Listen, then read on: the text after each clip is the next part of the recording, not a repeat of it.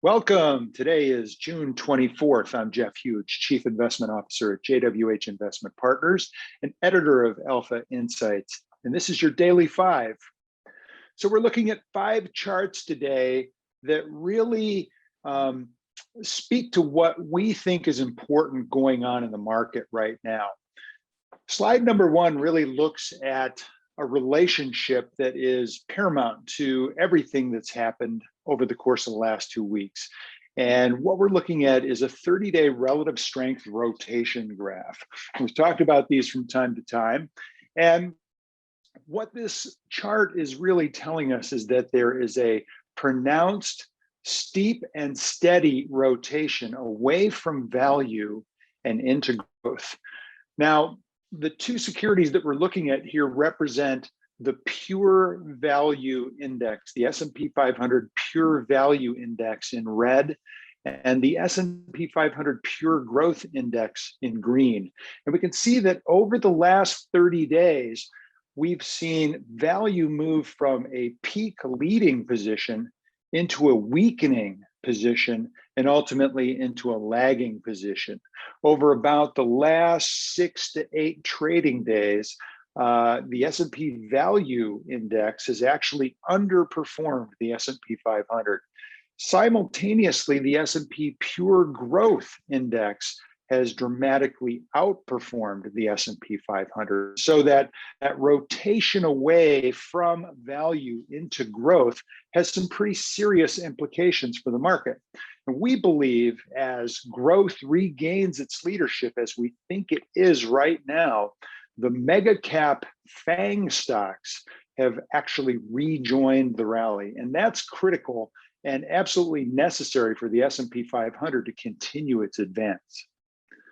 So chart number 2 gives us a deeper look into what's actually going on in the FAANG index itself. So the New York FAANG index is an index that actually includes not just the traditional big 5 names, the Facebook, Apple, Amazon, Netflix, and Google that we all have come to know as FAANG, but it includes another 5 stocks that at the time this index was created were also considered to be very dominant players within the same space. And so they call it the FAANG Plus Index. The plus includes Twitter, Baidu, NVIDIA, Alibaba, and Tesla.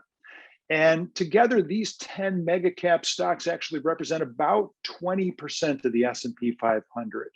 Now, from our vantage point, we're looking at the breakout above a descending trend line or trend resistance and subsequent breakout today above chart resistance, the prior April high, as suggesting that we've resolved the 4-month consolidation pattern.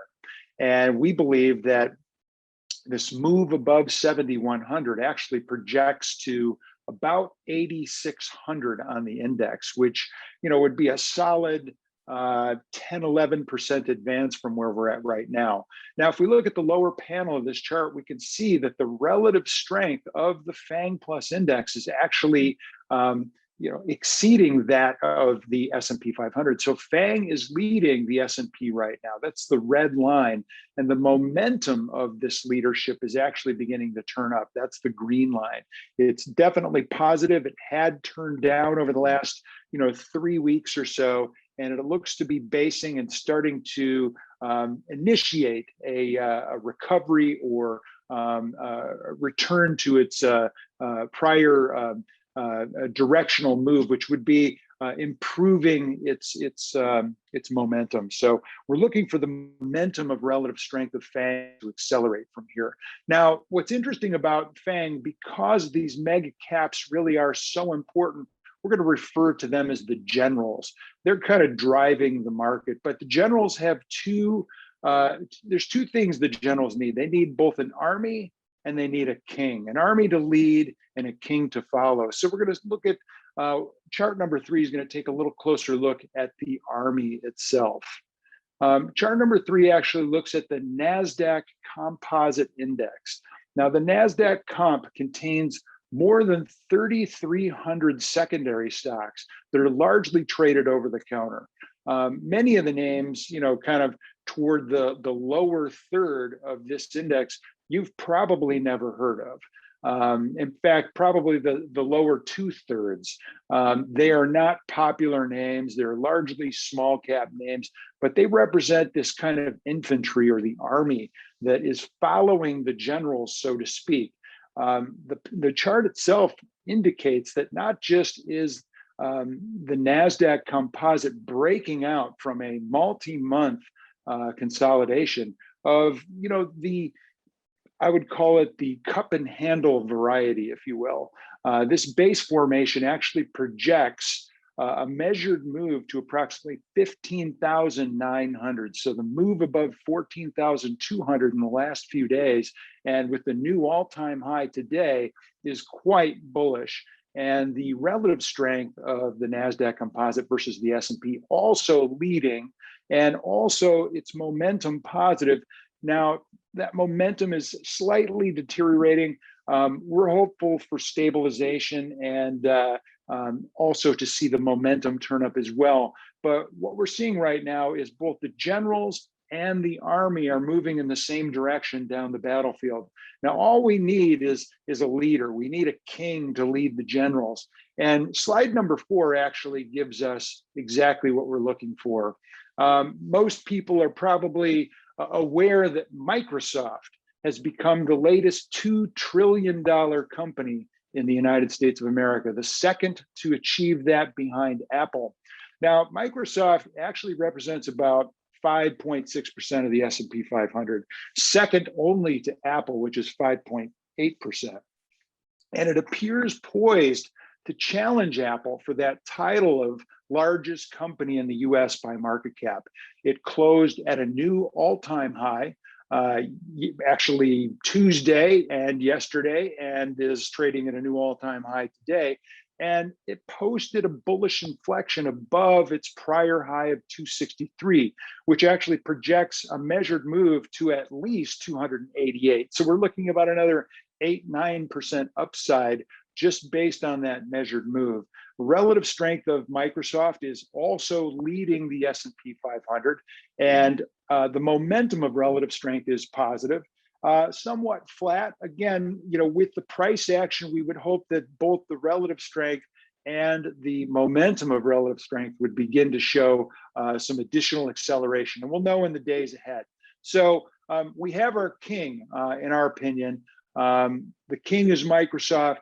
The generals are the FAANG names, and the army, the infantry, if you will, the cavalry maybe, is the Nasdaq Composite. And we believe together that combination creates an interesting bull market. The next slide gives you, figuratively speaking, what a bull market is supposed to look like. This is the charge. This is the charge of the king, the generals, and the infantry, the cavalry, if you will, down the battlefield. And what this really leads us to believe at this point is that the S&P can continue its march higher. Chart number 5 actually takes a look, and this is our final chart. The bottom line here is that our analysis continues to support the bull case for equities. The S&P 500 index appears comfortably above both its 10-week and 20-week moving averages. It's been holding the trend channel that it's been in since the March 2020 lows. And the market appears to be tracing out the final subwaves of a primary degree advance off that March 2020 low. Now, what we've done with the chart today is we've overlaid an Elliott wave analysis. And for those that aren't familiar with Elliott wave, it's really a way to kind of create a blueprint for where we are in the market.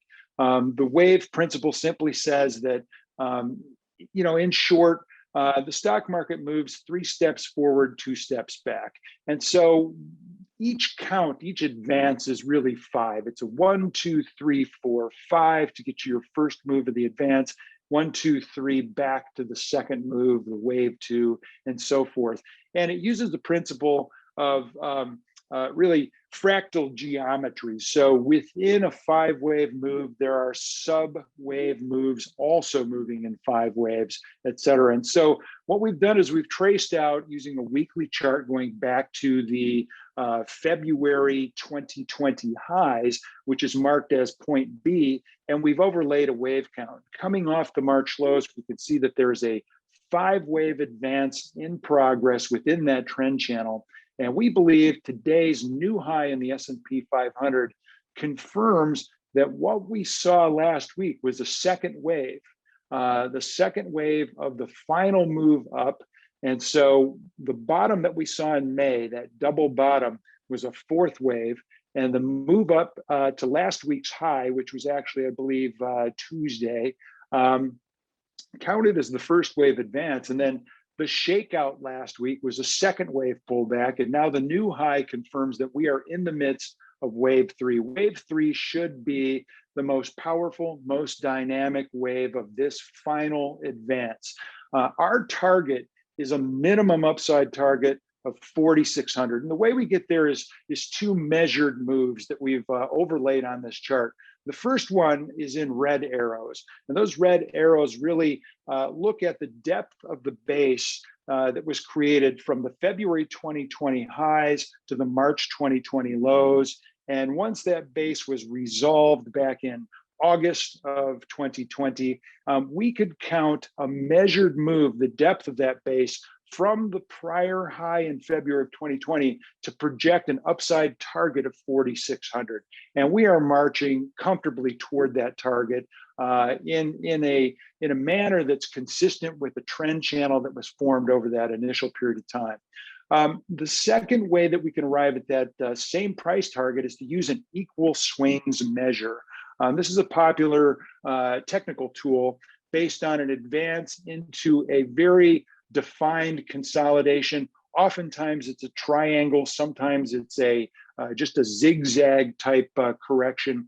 But what we've seen here is the move off of the March 2020 low to the September 3rd, 2020 high as measuring the first swing. The consolidation was then from that September high to the October 30th low. And from that low, we can use an equal measure to project the upside target.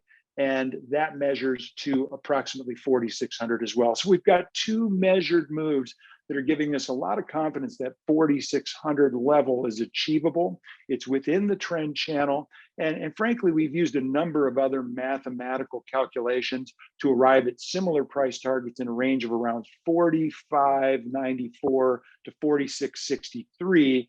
And we can actually project higher up to around 47 to 4,900 using other Fibonacci extension targets, but we'll cross that bridge when we come to it. The bottom line is this: equities are the place to be. The S&P 500 has upside to approximately $4,600, or 4,600 on the S&P rather. If you'd like to take a closer look at the work we're producing, you can always check out our website, www.jwhinvestment.com. You can also follow me on Twitter at alpha_insights. I'm on the Trade Exchange, I'm on LinkedIn, or just send me an email at jhuge@jwhinvestment.com. I'd be happy to chat. Thanks so much for your time, as always, and good luck trading. Hey, Grayson Rose here with StockCharts. Thank you so much for watching. I hope you enjoyed that video. If you did, consider giving it a like down below, maybe leave us a comment, and if you're new to the channel, you can subscribe at the link up above. We're gonna bring you daily content from an incredible collection of technical analysts and financial experts.